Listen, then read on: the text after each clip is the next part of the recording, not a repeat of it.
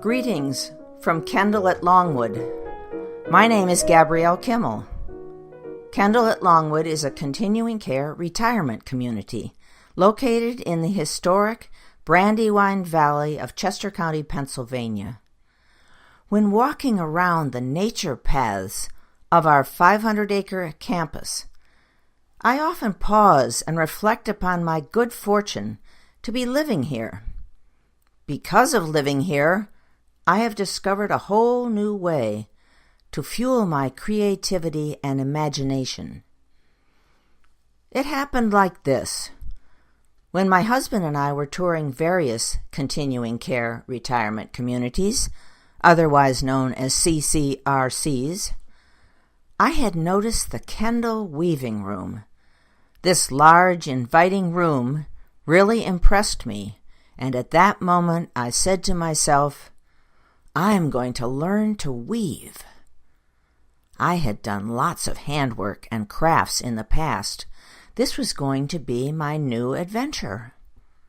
Of course, I had self-doubts about learning and mastering this new skill, but I was soon made welcome by the experienced weavers and reassured that they would be there to provide the instruction I would need.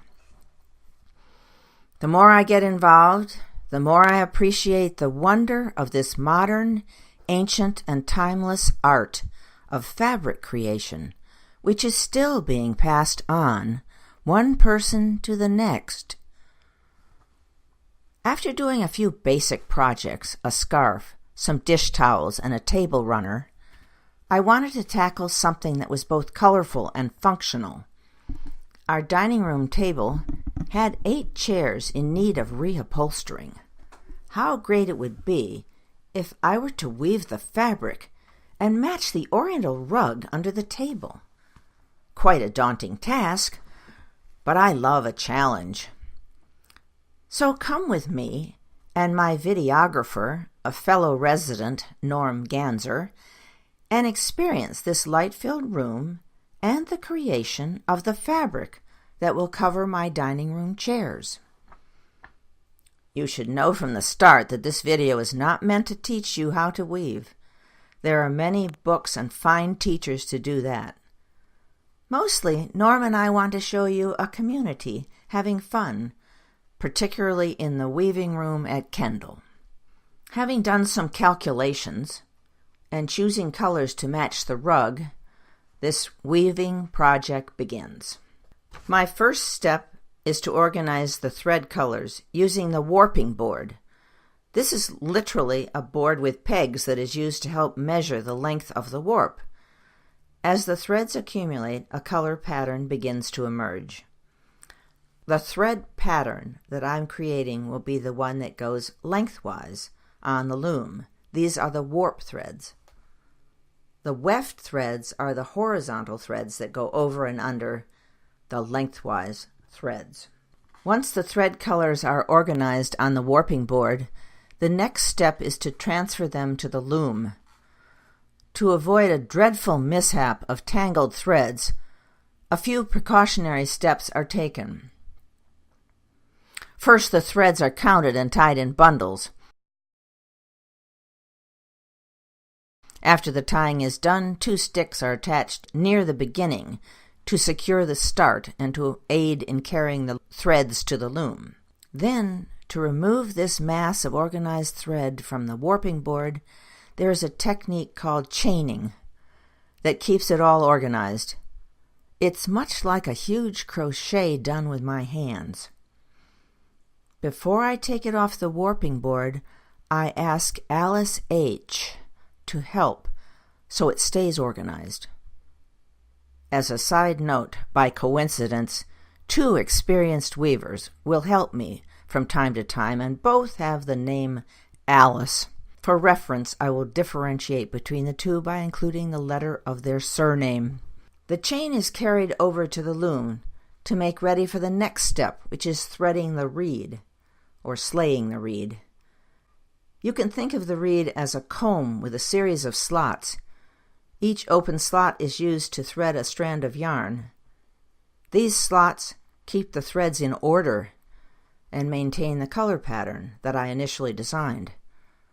Threading is done one strand at a time using a hook to pull it through.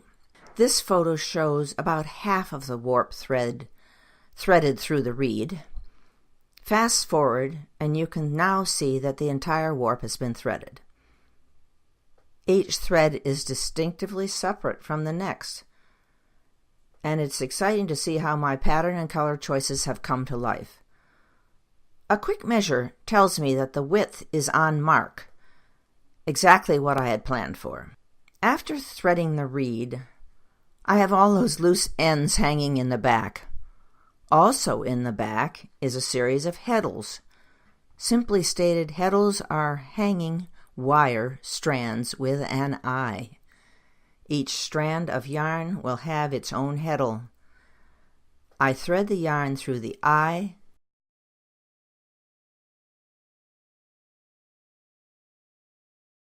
and I tie the threads off in bundles.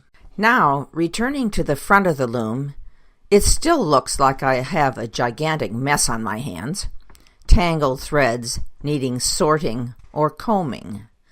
At this point, I call on my weaving team. Because this piece is twice as wide as any fabric I had ever done, I needed help to untangle and organize. This is the final step in getting the loom ready to actually weave the cloth. Now you see Alice L. and me sitting side by side, each combing half of the 30-inch wide fabric. Alice is a master, and I lined her up a few days ahead. As the length of threads are combed out, Alice H. and Judy crank and wind the warp. The goal is to achieve a reasonably even tension across the threads. As Judy and Alice crank, Alice and I control the tension and distribution, from chaos to discernible order. What progress we have made, from cones of yarn to the loom ready for operation. With the warp threads ready to go, I wind more thread on the bobbins. This thread will be used as the horizontal thread, the weft, that will span the width of my project.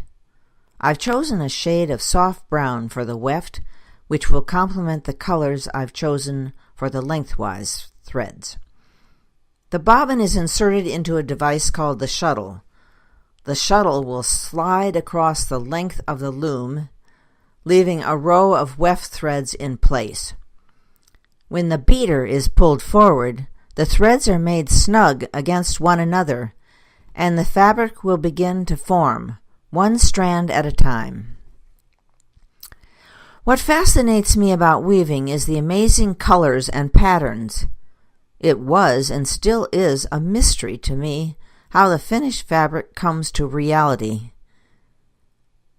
Weaving offers a relaxing experience, a chance to free your mind of daily routine, while at the same time express your creativity. It has truly become a special part of my life at Kendall. Finally, the day has arrived. My project is done. Like a young bird flying from its nest, the newly created fabric is separated from the loom and ready to take on its new life. The fabric fits perfectly on our 8 chairs, and it complements the oriental rug, just as I had hoped. Norm had asked me if I felt a bit of remorse that the project had come to an end. If I did, it was short-lived. I hope to be weaving for many years. The weaving possibilities are endless, and I have been longing to make a unique and beautiful tapestry. But pondering the word tapestry, I am struck by the comparison of fabric tapestry and the people here at Kendall. What a beautiful, diverse, funny, hope-filled, generous-minded, and interesting group of people are surrounding me here in this adventure of living at Kendall. I am discovering that the living tapestry is here all around me, even if I never produce that piece of fabric. This video was dreamed up and executed by 2 residents having fun, and that's the way life is at Kendall.